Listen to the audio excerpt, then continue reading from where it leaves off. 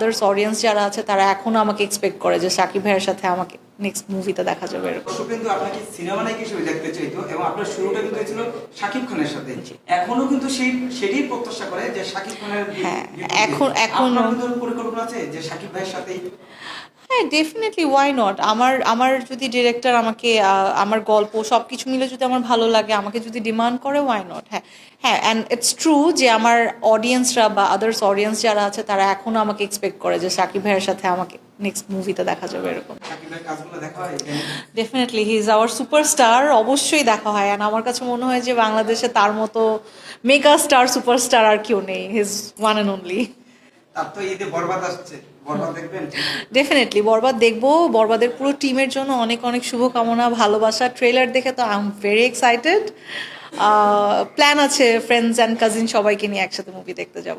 Because এখন ঈদের time, এখন রমজানে আমরা ঈদ বেসে সব কাজ করে থাকি। অ্যান্ড ঈদে আসলে ফটোশ্যুট অনেক হয়, কারণ নট অনলি ড্রেস, আমি বলবো যে এখন আসলে কাজের পরিধিটা অনেক বেড়ে গিয়েছে। তো বিভিন্ন ফ্যাশন হাউসগুলোর বিভিন্ন নতুন নতুন কালেকশনের জন্য শ্যুট করতে হয়, জুয়েলারির শ্যুট করতে হয়। আগে যেমন সবাই অনেক বেশি মিনিমাল অ্যান্ড সিম্পল জিনিসটা মেনটেন করতো, আমরা এখনও অনেক মিনিমাল, বাট সবাই একটু চায় যে makeup with no makeup look থাক, একটু সিম্পলের মধ্যে একটু গর্জিয়াস থাক। বিকজ পিপল এখন আসলে অনেক বেশি কনসিয়াস। সো এই তো সব কিছু মিলে এখন আসলে শ্যুটের সময় শ্যুটটা অনেক বেশি হয়। এই অভিনেত্রীরা যখন ফটোশ্যুট করেন কিংবা কোনো শোরুম উদ্বোধন করেন তখন তাদেরকে বলা হয় ফিতা কাটা নায়িকা বৌলি। এই বিষয়টা আপনি কি বলবেন?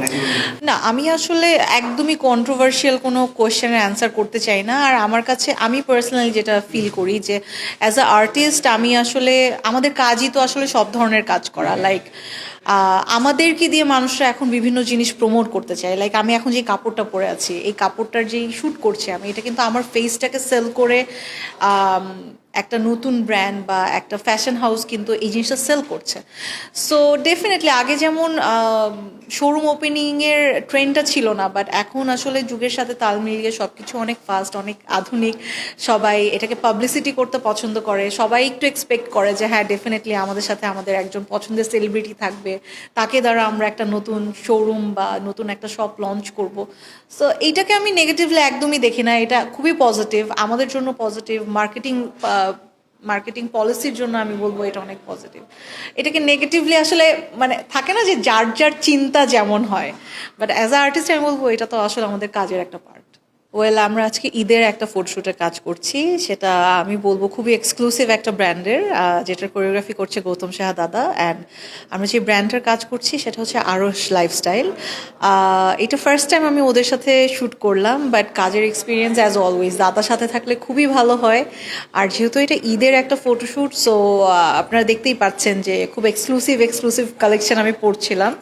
সব কিছু মিলে ভালো হচ্ছে। এই তো মানে গৌতম শাহ দাদা হচ্ছে গিয়ে আমি বলবো আমার একজন গার্ডিয়ান, আমার একজন ভালো ফ্রেন্ড, আমার দাদা। সো দাদার সাথে কাজ করতে গেলে আমার আসলে কখনোই মনে হয় না যে আমি